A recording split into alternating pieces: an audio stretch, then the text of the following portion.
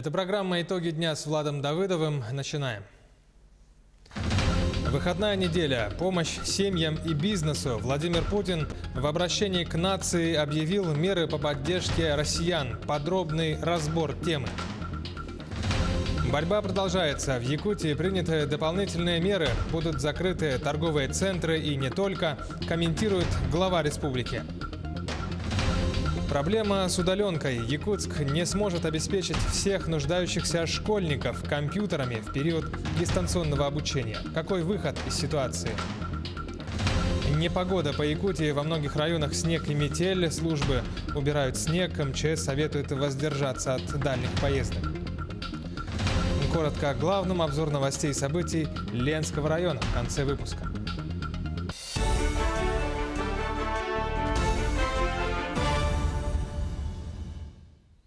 Президент России накануне обратился к нации. В своей речи Владимир Путин по порядку определил меры, которые будут приняты по поддержке населения и бизнеса в связи с ситуацией по борьбе с коронавирусом. Пунктов сразу несколько. Подробный разбор подготовила моя коллега Юлия Великодная. Она на прямой связи со студией. Юлия, пожалуйста. Коллеги, приветствую! Президент Владимир Путин объявил нерабочими дни с субботы 28 марта по воскресенье 5 апреля, объяснив это необходимостью снизить скорость распространения коронавирусной инфекции. Это будут выходные с сохранением заработной платы. Структуры жизнеобеспечения, больницы, аптеки, магазины, банки, транспорт и органы власти продолжат свою работу. Жесткий карантин, как в странах Европы, не вводится, но Владимир Путин подчеркнул, что все рекомендации необходимо обязательно соблюдать. Нужно поберечь и себя, и своих близких, проявить дисциплину и ответственность. Самое безопасное сейчас побыть дома, заключил президент России. Голосование по поправкам в Конституцию 22 апреля проводиться не будет. Абсолютным приоритетом для нас является здоровье, жизнь и безопасность людей. Поэтому считаю, что голосование необходимо перенести на более позднюю дату, заявил Владимир Путин. На какую дату переносится голосование, пока не ясно, зависит от ситуации и в регионах, и в целом по стране.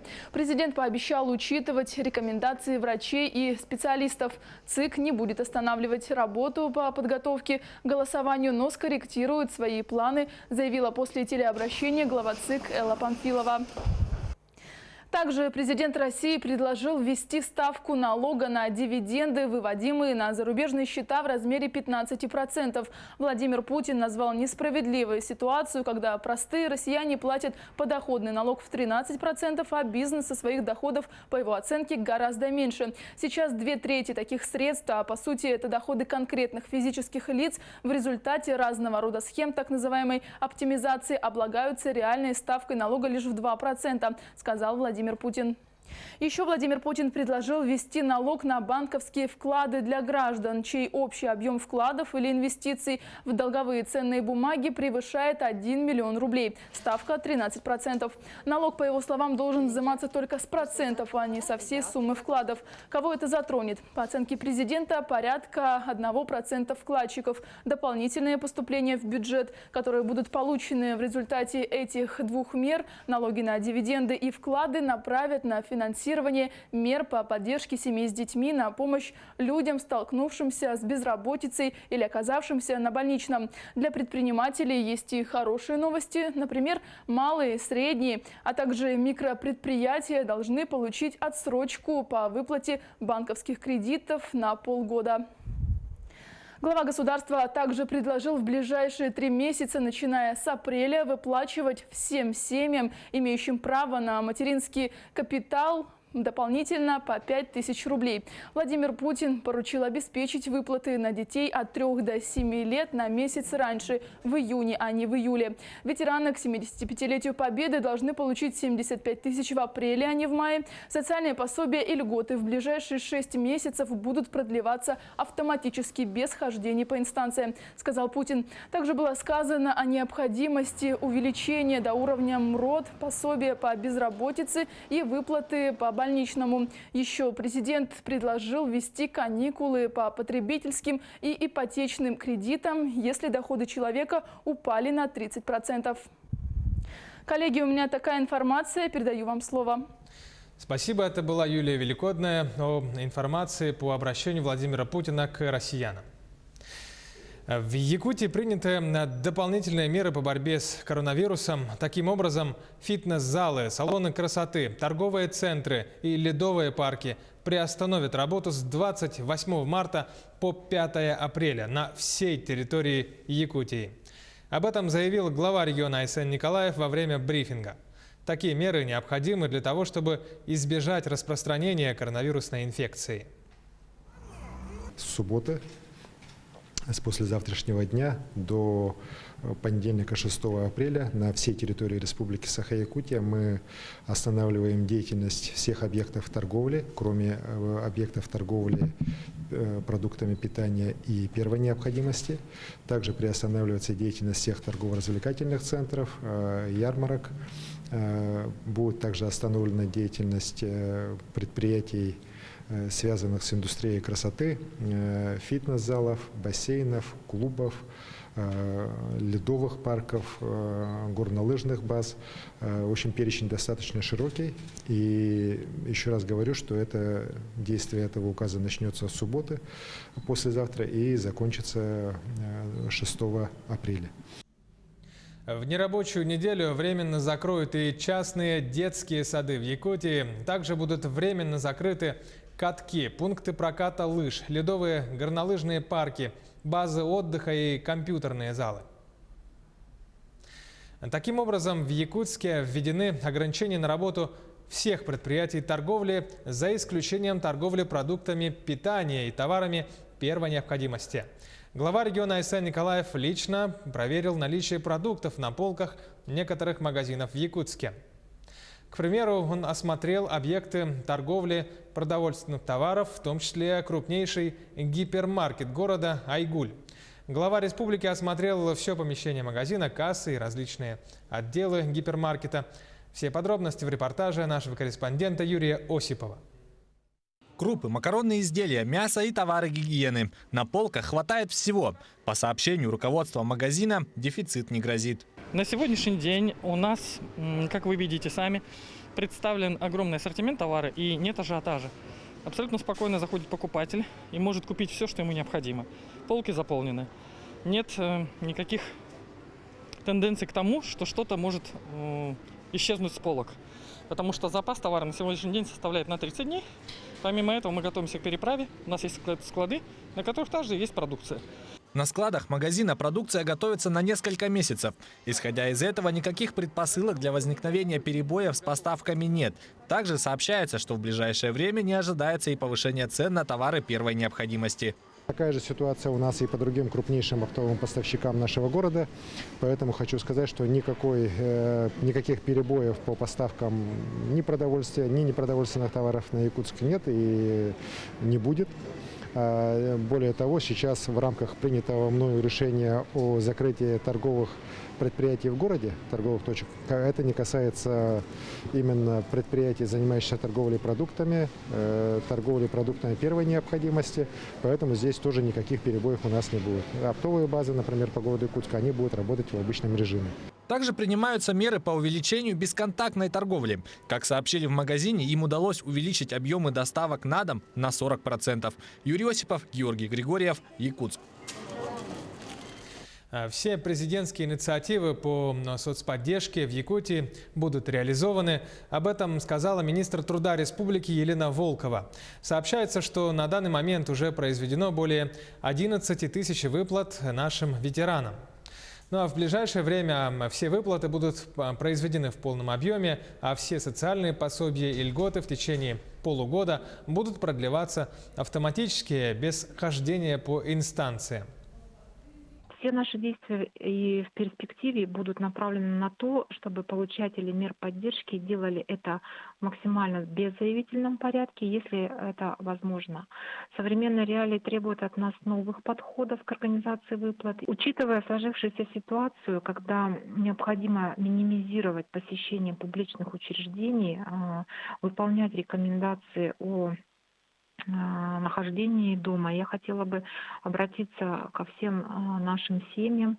Если семья сегодня претендует на ту или иную государственную поддержку, то необходимо обращаться с заявлением в первую очередь в электронном виде через портал государственных и муниципальных услуг Е-Якутия. И отдельно хочу остановиться, акцентировать ваше внимание на семьях, в которых рождаются дети в эти дни и в ближайшем периоде, для которых разработана сегодня и действует система выплат при рождении ребенка в рамках национального проекта «Демография». Еще раз хочу обратиться и акцентировать внимание, что при наступлении такого права необходимо также подавать все свои документы через электронный портал Е-Якутия. Есть и некоторые трудности. К примеру, Якутск не сможет обеспечить всех нуждающихся школьников компьютерами в период дистанционного обучения. Техническая возможность продолжить онлайн-обучение отсутствует, по данным, более чем у 500 столичных школьников.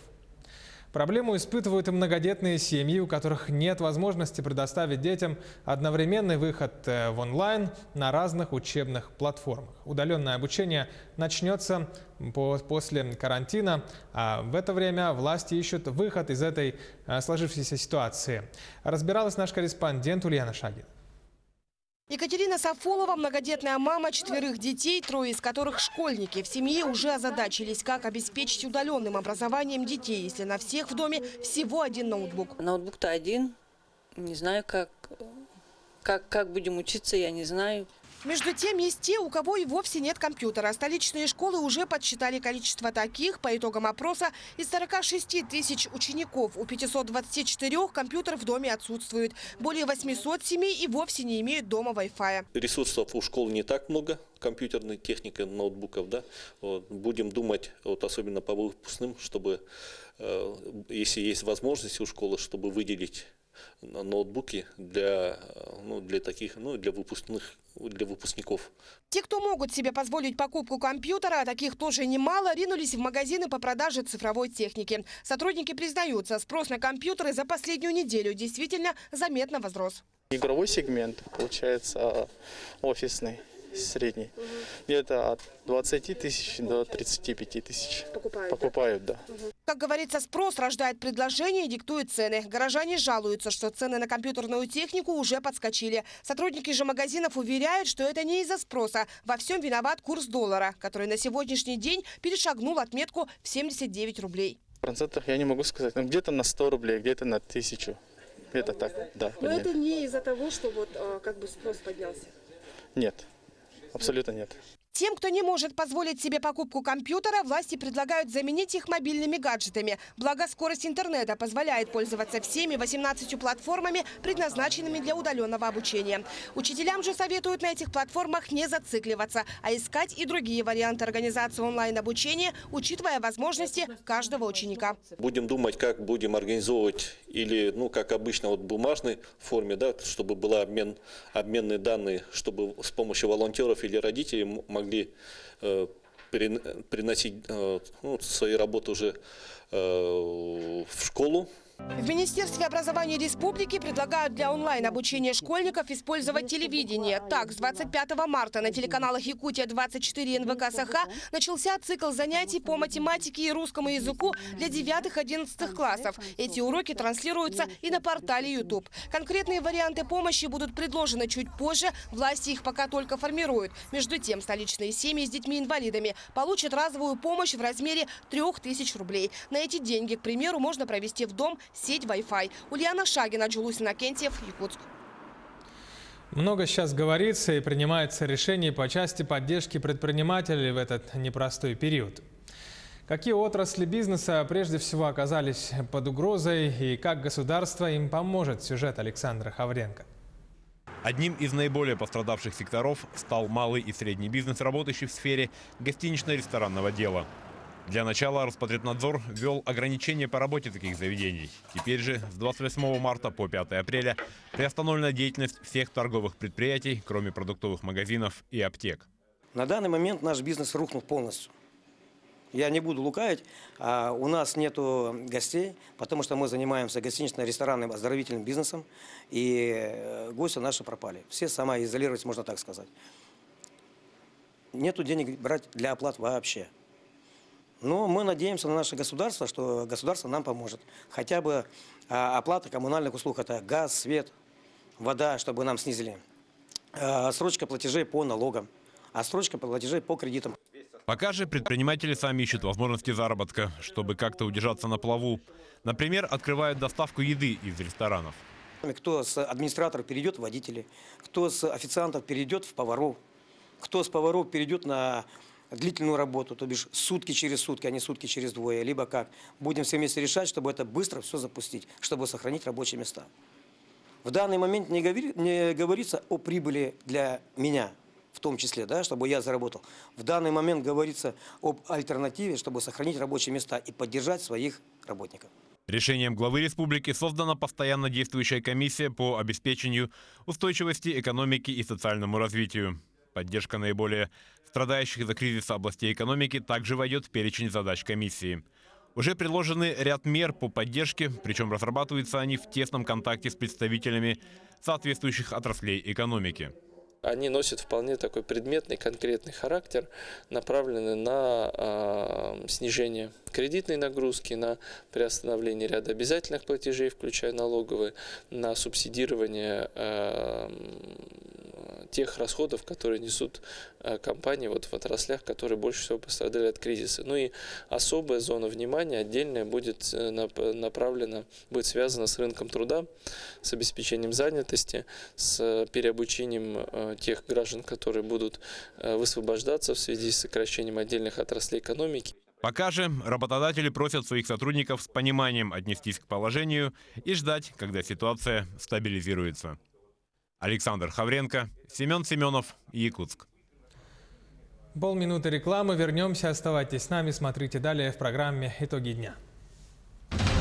Основное внимание на Москву. В столице страны приняты жесткие меры по борьбе с пандемией. На прямую связь со студией выйдет наш спецкор в Москве. Непогода по Якутии. Во многих районах снег и метель. МЧС советует воздержаться от дальних поездок. Коротко о главном. Обзор новостей и событий Ленского района в конце выпуска. Это и многое другое через полминуты. Это итоги дня с Владом Давыдовым на Якутии-24. Продолжаем выпуск. Москва вводит ряд новых жестких ограничений. Об этом сообщил мэр столицы страны Сергей Собянин. Сегодня Москва – это главный эпицентр заражения коронавирусом в нашей стране. За день, по данным, там зафиксировано 182 новых случая. Об обстановке в столице страны мы узнаем у нашего специального корреспондента в Москве Максима Кардозо. Он с нами на прямой связи. О каких ограничениях, Максим, идет речь и как реагируют на эту ситуацию сами москвичи? Пожалуйста. Приветствую, Влад. Действительно, меры по нераспространению коронавируса в Москве, они ужесточаются каждый день, наверное, как и в Якутии сейчас.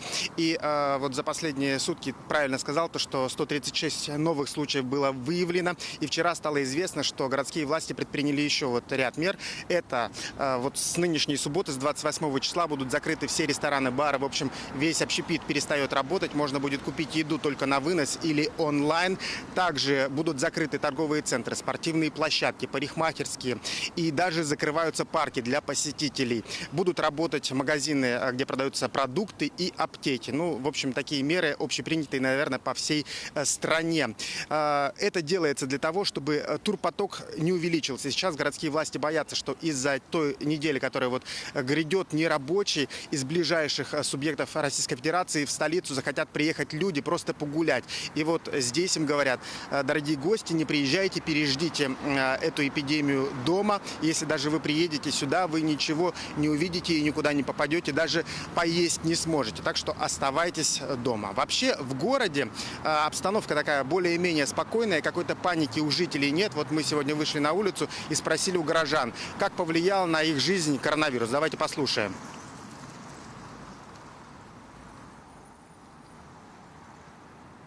Нет, честно говоря, на нашу жизнь не особо отразилось, потому что мы, ребенок маленький, как раз она заболела, и мы сидим дома. В садик она не ходит.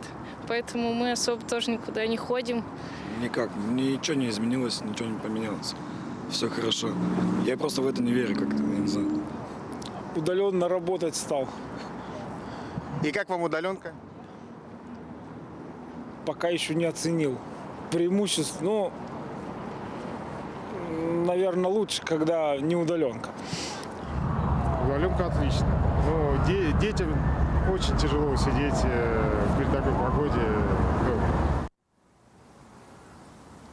Сейчас в Новой Москве ударными темпами строится больница на 500 коек. Половина из них будет отдана под реанимационный центр. И вот сейчас, с начала месяца, уже подвели туда водопровод, газопровод, работает котельная. И строители, которые круглосуточно трудятся, говорят, что в кратчайшие сроки уже все заработает. Влад? Спасибо, Максим. Это был наш корреспондент в Москве Максим Кардозу о борьбе с коронавирусом в столице страны. Меры по борьбе с пандемией принимают и во всех районах нашей республики. Об этом давайте послушаем глав на местах.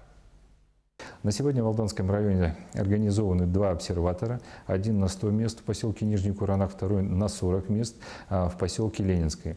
В обсерваторах организовано дежурство медицинского персонала. Также организовано питание людей, которые находятся в обсерваторе. К слову сказать, в обсерваторе на сегодняшний день находится 4 человека.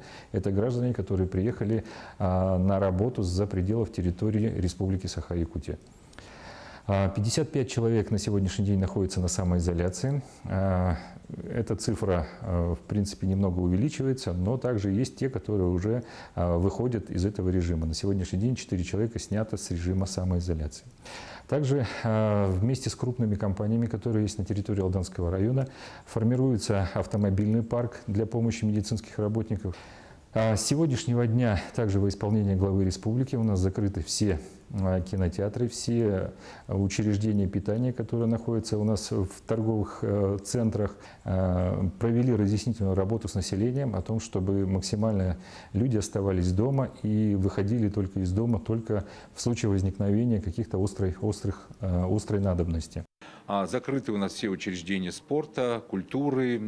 Значит, кроме того, сегодня вышел дополнительный указ главы республики Айсена Сергеевича Николаева. По нему будут закрыты также и все предприятия общепита. Также у нас введен контроль с прошлой недели в аэропорту Полярный, Роспотребнадзор и врачи. А в аэропорту города Полярного приготовлено 4 обсерватора, значит, 2 из них в городе Мирном. В городе Мирном на данный момент в обсерваторе находится 2 человека. 1 обсерватор в городе Удачный и 1 в поселке Айхал. Всего за эту неделю было проверено работниками Роспотребнадзора 1850 пассажиров, прибывших на территорию Мирнинского района. Из них 250 в аэропорт Полярный. Всего на данный момент ими зафиксирован 41 житель Мирнинского района, которые прибыли в район из-за границы.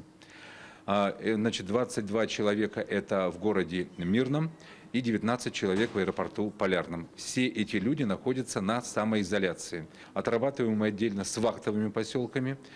Почти всеми руководителями недропользователей принято решение о том, что вахта в ближайшее время завозиться не будет, пересменка не будет вахтовая. Те люди, которые сейчас находились в вахтовых поселках на время объявления режима повышенной готовности, они будут продолжать работать. К другим новостям. В разных районах республики, в том числе и в Алданском районе, бушует непогода, разыгралась метель с порывистым ветром. Дорожная ситуация сложная, но чрезвычайный режим пока не объявлен. Службы работают в штатном режиме. Репортаж Татьяны Вахниной. Прогноз синоптиков о метели с порывистым ветром в Южной Якутии оправдался. Алдан оказался в снежном плену. Погода начала портиться накануне вечером. Начался снег, разыгрался ветер. К утру на дорогах и тротуарах образовались переметы. Сугробы выросли на проезжей части. Городские трассы покрыты слоем спрессованного сухого снега. Ездить невыносимо. Не пожалели, что выехали? Пожалел. Вот. Если бы не ребенка в садик, то бы никуда не выезжал бы. Вождение автомобиля, как и пешие прогулки в такую погоду, удовольствие сомнительное. Последствия разгула природной стихии устраняются. Все службы работают в штатном режиме. Имеющие место аварийные ситуации устраняются оперативно. Несмотря на погоду, не откладывают дела и не меняют планы жители. Погодные условия желать лучшего, конечно. Навалило сегодня снега, пурга. Ну а что делать? Животные болеют, надо лечить. По прогнозам синоптиков, уже к выходным метель прекратится, также стихнет ветер. Между тем, снегопады небольшой интенсивности продолжатся в течение недели. На дорогах необходимо соблюдать особенную осторожность. Не следует забывать и о возможных сходах снега с крыш. Татьяна Вахнина, Сергей Шипачев, Александр Лукин, Алдан. Далее смотрите обзор новостей и событий Ленского района. Слово передаю коллегам, будьте в курсе.